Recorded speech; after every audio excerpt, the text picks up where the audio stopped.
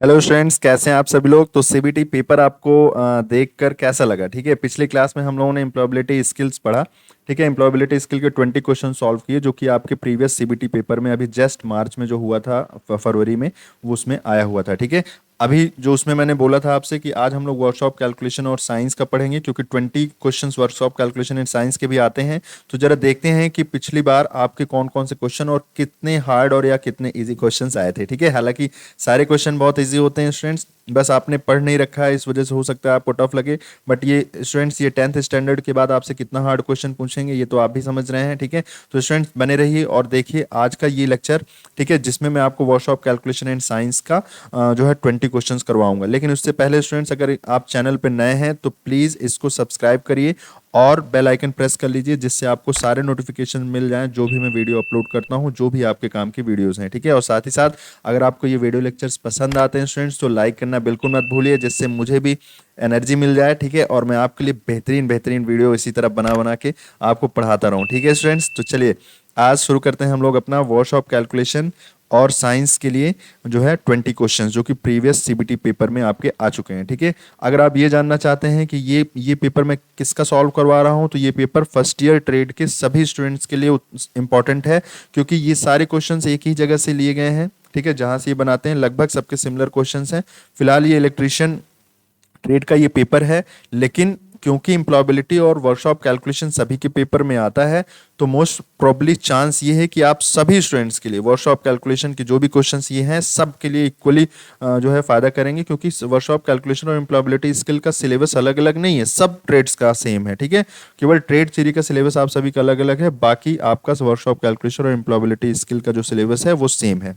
जैसा कि मैंने पिछली क्लास में आपको बताया था स्टूडेंट्स कि आपका देखो ये शेड्यूल जो आपके स्क्रीन पे नज़र आ रहा है, इस शेड्यूल में आप देखो कि यहाँ पे हम लोगों ने देखा है कि भाई ट्रेड थ्योरी, वर्कशॉप कैलकुलेशन और एम्प्लॉयबिलिटी स्किल 3 सब्जेक्ट आते हैं, तीनों इकट्ठा आएंगे। 80 क्वेश्चन होंगे आपके और 200 नंबर के होंगे, जिसमें आपको 3 घंटे का समय मिलेगा।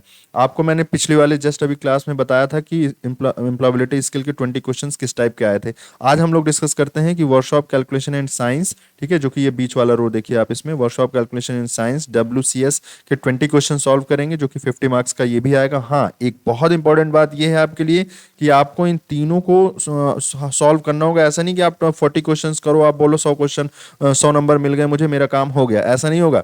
आपको वर्कशॉप कैलकुलेशन और एम्प्लॉयबिलिटी स्किल के भी सॉल्व करने पड़ेंगे, अदरवाइज आप ट्रेड थ्योरी में तो पास हो जाओगे, लेकिन आप वर्कशॉप कैलकुलेशन और एम्प्लॉयबिलिटी स्किल में नहीं पास हो पाओगे स्टूडेंट्स, इसलिए आपको इक्वली सब पे फोकस करना होगा। ठीक है, तो चलिए शुरू करते हैं आज का अपना क्वेश्चन।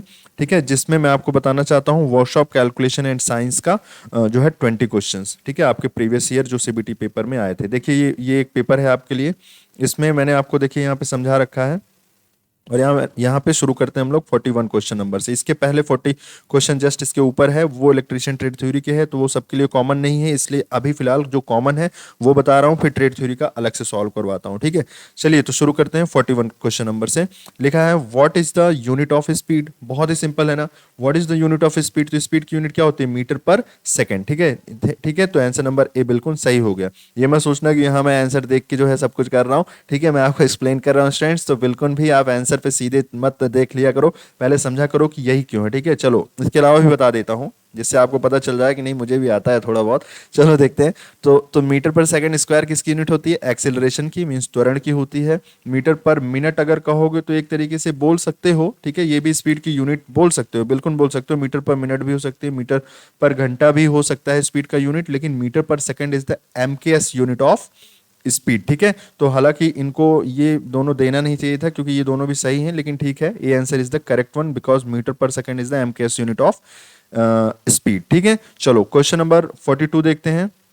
42 में आपसे बोला गया है how many watts for 1 horse power in matric system. Matric system में 1 हॉर्स पावर में कितने वॉट्स होते हैं स्टूडेंट्स। मैट्रिक जो सिस्टम होता है उसमें 1 हॉर्स पावर का मतलब होता है 735.5, मतलब 735.5 वॉट्स होता है। और एक बात बता दूं, क्या 746 भी आप जानते हो, तो बिल्कुल 746 भी बिल्कुल सही है, वो ब्रिटिश यूनिट सिस्टम में होता है।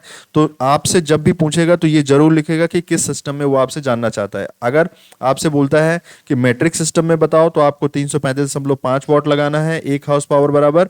और अगर आपसे पूछता है ब्रिटिश हॉर्स पावर सिस्टम में, तो सॉरी ब्रिटिश सिस्टम में पूछता है, तो फिर आपको 1 horse power equals to 746 watts लगाना है, 746 वॉट होगा, 1 HP बराबर 746 वॉट होगा। ठीक है, तो जो इलेक्ट्रिकल इक्विपमेंट्स जो इलेक्ट्रिकल मशीनरीज उसमें ज़्यादातर 746 वॉट लगाते हैं, और जो स्टूडेंट्स मैकेनिकल इक्विपमेंट्स हैं उसमें मेट्रिक सिस्टम से ही यूज़ करते हैं हम लोग, 735 होता है।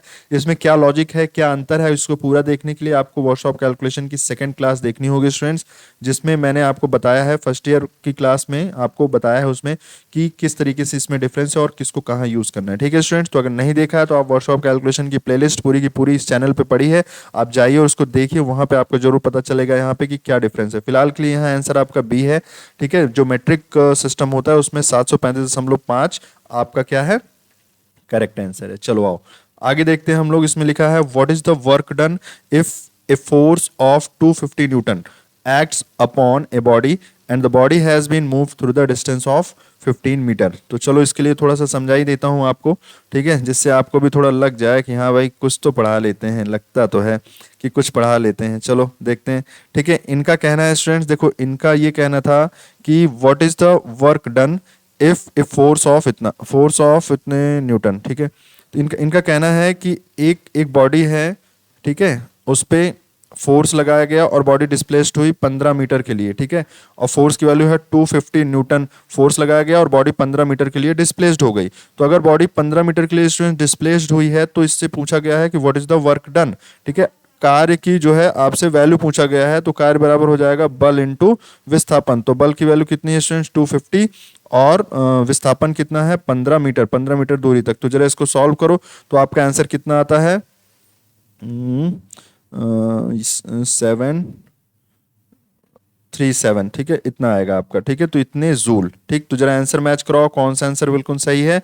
तो आपका आंसर हो जाएगा, आपका आंसर हो जाएगा स्टूडेंट्स, आपका आंसर हो जाएगा कौन सा भाई, डी आंसर। ठीक है, 3750 इज द करेक्ट आंसर। ठीक है, तो सॉल्व करवा रहा हूँ, ये मत सोचना कि नहीं आता, आपको आंसर बस सीधे बता रहा हूँ। ठीक है, चलो आओ। तो what is the boiling point of aluminium. तो एल्यूमिनियम का स्टूडेंट्स बॉइलिंग पॉइंट होता है 2519। बिल्कुल ये नहीं आता था मुझे, ठीक है, तो ये मुझे भी आने लगा, आपको भी। ठीक है, तो 2519 डिग्री सेल्सियस एल्यूमिनियम का जो बॉइलिंग पॉइंट होता है वो आपको ध्यान रखना है। ठीक है, तो याद रखना कि 2519 इज द बॉइलिंग पॉइंट, समझते हो, जिसपे एल्युमिनियम गल के पिघल जाए। ठीक है, तो चलो आओ क्वेश्चन नंबर 45 देखते हैं। What is the quantity of heat required to rise the temperature of 1 gram of water through 1 degree Celsius is called। मतलब 1 ग्राम पानी का 1 डिग्री सेल्सियस तापमान बढ़ाने के लिए आवश्यक ऊष्मा की मात्रा को कहते क्या है, उसको कहते हैं स्टूडेंट्स 1 कैलोरी। ठीक है, याद रखना कैलोरी की ये डिफिनीशन है पूरी की पूरी जो आपको यहाँ पे लिखी हुई है। ठीक है, तो ये कैलोरी बोलते हैं उसको, calorie is the unit of heat. ठीक है, तो इनका कहना है कि 1 ग्राम पानी है, उसका 1 डिग्री सेल्सियस अगर आपको टेम्परेचर बढ़ाना है तो उसमें क्या लगती है, ऊर्जा लगती है। तो बता रहे हैं कि कितनी ऊर्जा लगती है, तो उसको आपको बताना है 1 कैलोरी। अच्छा, एक बात और यहाँ पे मैं साथ साथ बता दूं कि 1 कैलोरी इक्वल्स टू होता है 4.18, हाँ 4.18 जो है जूल होता है। ठीक है, तो 1 कैलोरी इक्वल्स टू 4.18 जूल होता है। ठीक है, याद रखना कैलोरी इज दिस, मतलब कैलोरी इज स्मॉल यूनिट जिसको हम लोग थर्मोकेमिस्ट्री में यूज करते हैं, और जूल इज द एमकेएस या एसआई यूनिट ऑफ हीट। ठीक है, याद रखना एनर्जी की यूनिट जूल जो होती है एसआई यूनिट में होती है। चलो आगे बढ़ते हैं हम लोग। एसआई यूनिट, ओहो यही क्वेश्चन आ ही गया, what is the SI unit of heat. तो इसमें हम लोगों को क्या बताना है, joule is the SI unit of, calorie मत समझना, कैलोरी भी यूनिट होती है थर्मोकेमिस्ट्री में यूज करते हैं, but joule is the SI unit of heat. याद रखना, इस चीज को ध्यान रखना, तो आपका जूल बिल्कुल सही आंसर हो जाएगा। अगला क्वेश्चन है 47, what is the coefficient of linear expansion of A rod if it is found to be 100 meter long at 20 degree Celsius and 100.14 meter long at 100 degree Celsius। मतलब एक कोई रॉड है स्टूडेंट्स 20 डिग्री सेल्सियस पे, 20 degree Celsius पे आपका 100 metre रहती है, और जब 100 डिग्री सेल्सियस होता है तो उसकी लंबाई थोड़ी सी बढ़ जाती है। स्टूडेंट याद रखना, जब भी हम टेम्परेचर बढ़ाते हैं किसी मटेरियल मेटल का तो उसकी लंबाई थोड़ी सी बढ़ जाती है। याद रखना, ये ट्रेन की पटरियों वाला ही एक्सपेंशन की बात हो रही है कि जो ट्रेन की पटरियाँ होती हैं, 2 पटरियों के बीच में गैप होता है, ये 2 पटरियाँ बगल बगल वाली पैरेलल वालों की नहीं बात कर रहे हैं, एक लाइन की पटरी के बीच में, एक पटरी के बाद जब दूसरी पटरी जुड़ी रहती है तो उसके बीच में थोड़ी सी गैप होती है। तो स्टूडेंट्स वो गैप इसलिए बनाया जाता है जिससे जब गर्मियां पड़े तो पटरी टेढ़ी ना हो जाए, थर्मल एक्सपेंशन होता है, ठीक है, उसमें विस्तार होता है, तो विस्तार होकर वो आपस में पटरी चिपक जाते हैं स्टूडेंट्स, लेकिन क्या नहीं होता है, लेकिन आपका जो है वो पटरी टेढ़ी नहीं होती। तो थर्मल एक्सपेंशन की वजह से यहाँ इन्होंने कहा है कि 100.14 हो गया, 100 से 100.14 हो गया। तो थोड़ा सा इसको सॉल्व करवाऊंगा मैं आपको।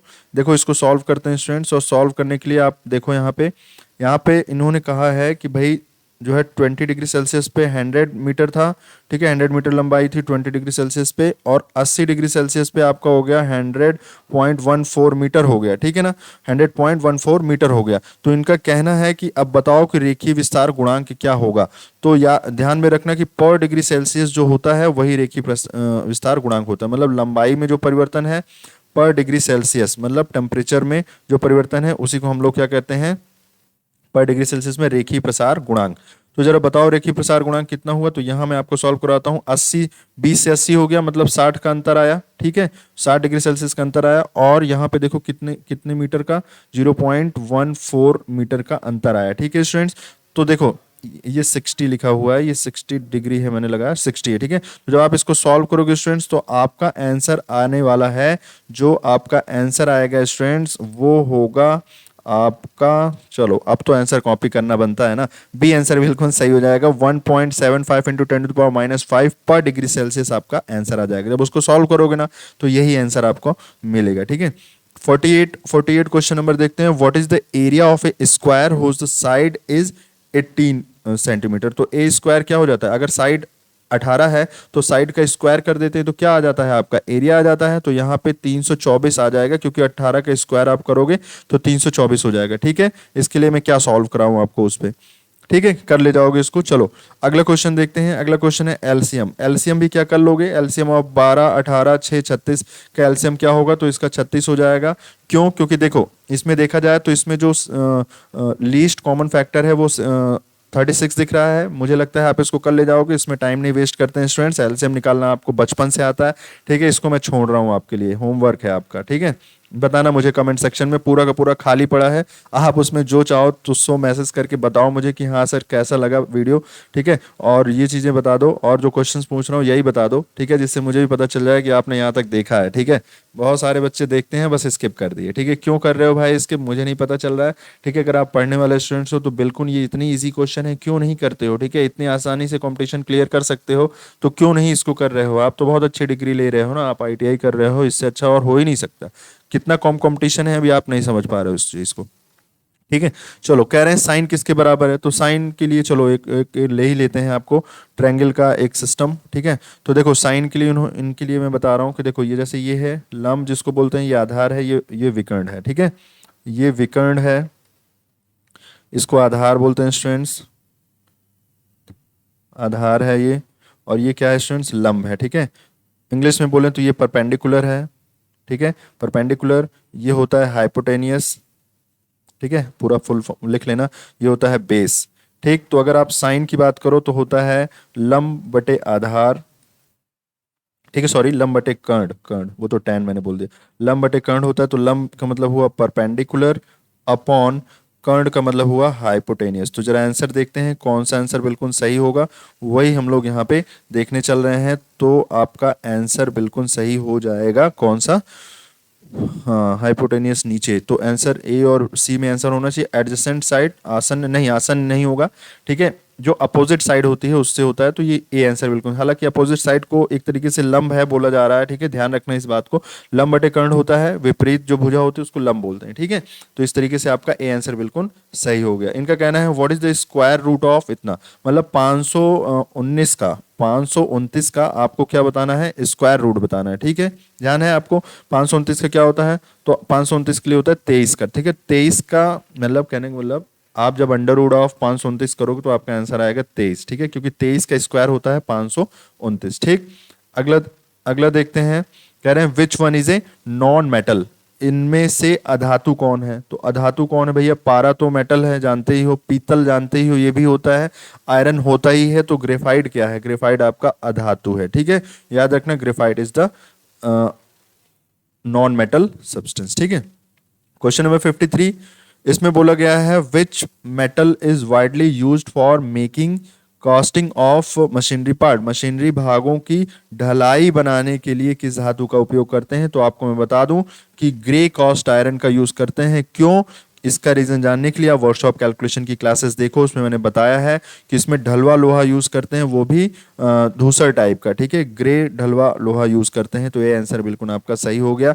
बच्चे कंफ्यूज हुआ है कि पिटवा ढलवा लोहा बोलते हैं, ठीक है, लेकिन ये नहीं होता। ये तो एक नॉर्मल जैसे फावड़ा और ये सब जो खेती बाड़ी के लिए यूज करते हैं ना, मेटल पीस, उसके लिए यूज करते हैं, तो वो ये है स्टूडेंट्स, तो वो नहीं है। व्हाइट कास्ट आयरन का यूज करते ही नहीं है इसमें, ठीक है, तो ग्रे कास्ट आयरन होता है। समझ रहे हो मैं किसकी बात कर रहा हूँ? जैसे मशीनरीज के जो आउटर पार्ट्स हैं उसको बनाने के लिए किसका यूज करते हैं? तो ग्रे कास्ट आयरन का यूज करते हैं, ठीक है स्टूडेंट्स।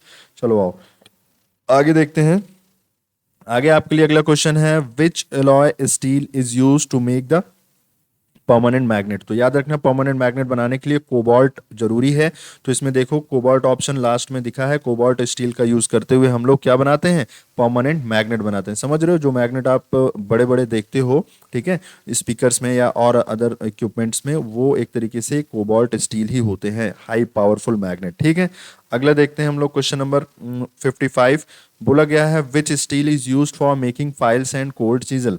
रेती और कोल्ड छेनी, छेनी छेनी जानते हो ना, छेनी से जो तोड़ते हैं हथौड़ा मार मार के, जैसे ईंटा आपको तोड़ना है तो छेनी लगाओ, हथौड़ा मारो, ईंटा टूट जाएगा, ठीक है, वैसे छेनी से होल बनाया जाता है, ठीक है। अलग अलग तरीके के जो चीजल्स होते हैं उससे होल बनाते हैं, ठीक है स्टूडेंट्स।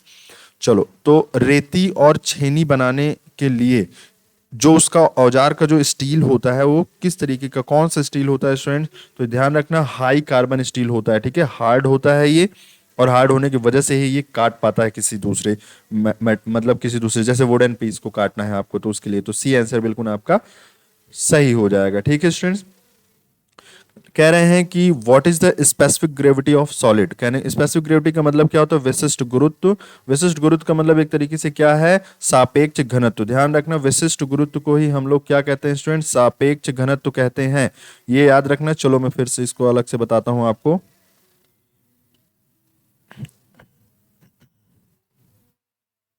गड़बड़ हो गया क्या? ठीक है, हाँ, आपको मैं बताता हूं। यहाँ पे देखो, विशिष्ट गुरुत्व को क्या कहते हैं, पहले ध्यान से समझो इस बात को। आ रहा है समझ में? समझ में आ रहा है तो बिल्कुल लाइक वाइक कर देना भैया जरा। तो लाइक कर दोगे तो मुझे भी पता चलेगा, अगला आपके डिमांड पे फिर से एक वीडियो लेके आ जाऊंगा फटाक से, जैसे आप बोलोगे, ठीक है ना। चलो आओ आगे देखते हैं। तो हाँ, क्या बातें हो रही थी, भूल गया, अरे भुला दिए यार। हाँ, सापेक्ष घनत्व, सापेक्ष घनत्व, ठीक है, सापेक्ष घनत्व ही क्या कहते हैं? एक तरीके से इंग्लिश में बोले तो रिलेटिव डेंसिटी, ठीक है, यही तो आप जानते हो, रिलेटिव डेंसिटी, इसी को कहते हैं विशिष्ट, ठीक है, विशिष्ट, क्या लिखा था, विशिष्ट, हाँ, विशिष्ट गुरुत्व, ठीक है, विशिष्ट गुरुत्व भी बोलते हैं, याद रखना। तो इनका कहना है कि विशिष्ट गुरुत्व जो होता है वो, जिसमें सॉलिड का एक विशिष्ट गुरुत्व दिया है 19.5, 19.5, ठीक है, केजी पर ग्राम क्यूब, ठीक है, तो ये विशिष्ट गुरुत्व दिया है, सॉरी, ये गुरुत्व दिया है उसका। तो कह रहे हैं सापेक्ष घनत्व, तो रिलेटिव डेंसिटी जो होती है स्टूडेंट्स यही होती है, पानी के सापेक्ष निकालते हैं, पानी की वन होती है, वन वन गलत लिख दिया, क्या क्या लिख दिया, ठीक है, 1 ग्राम पर सेंटीमीटर क्यूब ये दिया है, ठीक है, तो 1 ग्राम पर सेंटीमीटर क्यूब पानी की होती है, तो रिलेटिव डेंसिटी ऑफ सॉलिड क्या हो जाएगा? 19.5 ही हो जाएगा, विदाउट यूनिट। याद रखना, सापेक्ष घनत्व की कोई यूनिट नहीं होती, क्योंकि ये एक तरीके का अनुपात है, दोनों सेम क्वांटिटीज टाइप के, ठीक है, सेम क्वांटिटीज टाइप के अनुपात है, इसी वजह से हम लोग इसकी कोई यूनिट नहीं लिखते हैं, ठीक है स्टूडेंट्स, ध्यान रखना इस बात को हमेशा के लिए। चलो आगे देखते हैं हम लोग, आगे जरा इसमें देखो, तो इसमें आपको पता चलेगा स्टूडेंट्स कि इसमें जो क्वेश्चन में दिया था उसमें डी आंसर बिल्कुल सही हो गया, ठीक है। आगे देखते हैं, what is the formula of induced EMF? Induced EMF समझते हो, ठीक है, जब भी किसी मैग्नेटिक फील्ड के अंदर कोई कंडक्टर मूव होता है तो उसमें ईएमएफ इंड्यूस्ड हो जाता है, विद्युत वाहक बल आ जाता है, तो उसकी जो वैल्यू होती है वो किन बातों पे डिपेंड करती है? तो कंडक्टर कितनी तेजी से घूम रहा है, मतलब वी पे, उसकी वेलोसिटी पे, ठीक है, उसके वेग पे, कंडक्टर की लंबाई कितनी है, मतलब उस तार की लंबाई कितनी है उस पे, और मैग्नेटिक फील्ड की वैल्यू क्या है, कितना ज्यादा या कम है उस पे। ठीक है, तो याद रखना कि B L V sine theta is the correct one answer, आपने पढ़ा होगा। ठीक है, इसमें मैं पूरी बात यहाँ नहीं बता पाऊंगा, लंबा हो जाएगा। ठीक है, जब अगर आपको एक्सप्लेन ढंग से मतलब समझना है तो आप किसी दूसरे वीडियो लेक्चर को फॉलो करिए, मैंने बताया भी है, चैनल पे देखिए, उस पर मिल जाएगा आपको। ठीक है, विद टॉपिक मैं डालता हूँ, आपको ये भी सर्च करने की जरूरत नहीं कि आपको सारे वीडियोस प्ले करने हैं, उसमें मैं टॉपिक तक लिख देता हूँ students.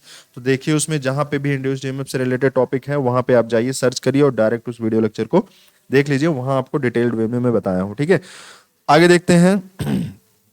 Which is very good conductor, बहुत अच्छा कंडक्टर है, कॉपर, स्टील, ठीक है, रफ आयरन या कास्ट आयरन। तो कॉपर तो जानते ही, कॉपर की तारें बनाई जाते हैं, उसका रीजन ही यही है कि वो अच्छा कंडक्टर है। ठीक है, अच्छा चालकता वाला, उसमें करंट बहुत आसानी से फ्लो कर जाती है इसीलिए। ठीक है, अगला क्वेश्चन देखते हैं। What is the power required, कह रहे हैं पावर रिक्वायर्ड क्या होगी, पावर की वैल्यू क्या होगी अगर ये जो बल्ब है वो इतने एम्पियर की करंट लेता है, इतना रेजिस्टेंस है, तो जरा बताओ भैया कि पावर क्या होगी। इसके लिए सॉल्व कराना होगा आपको, और सॉल्व कराने का मतलब क्या, चलो यही बता देता हूँ। पी इक्वल टू होता है आई स्क्वायर आर, चलो बता ही देता हूँ, नहीं तो आप बोलोगे जल्दीबाजी करने लगे सर आप।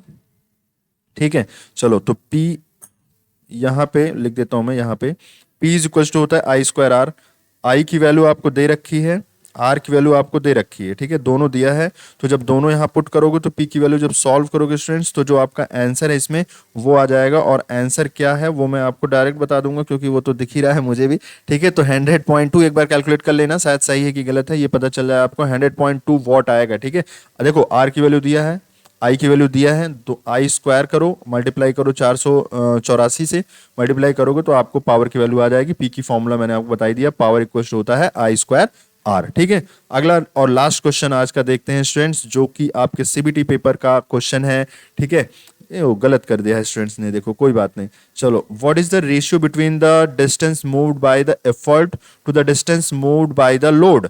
ठीक है, तो कह रहे हैं कि जो डिस्टेंस है वो मूव्ड बाय द एफर्ट। अच्छा, इसको समझाने के लिए भी आपको वर्कशॉप के लेक्चर्स देखने होंगे, हालांकि इस चीज़ का भी मैंने अपलोड नहीं किया, आपसे झूठ नहीं बोलूंगा। लेकिन इसका जो आंसर है स्टूडेंट्स वो है वेलोसिटी रेशियो। याद रखना, प्रयास है ना, प्रयास द्वारा चलित दूरी तथा भार द्वारा तय की गई दूरी का जो अनुपात है उसको हम लोग वेलोसिटी रेशियो बोलते हैं। थोड़ा सा इसको याद कर लीजिए, एक ही क्वेश्चन मैंने बोला है अभी तक याद करने के लिए आपको। ठीक है स्टूडेंट, बाकी समझा दिया।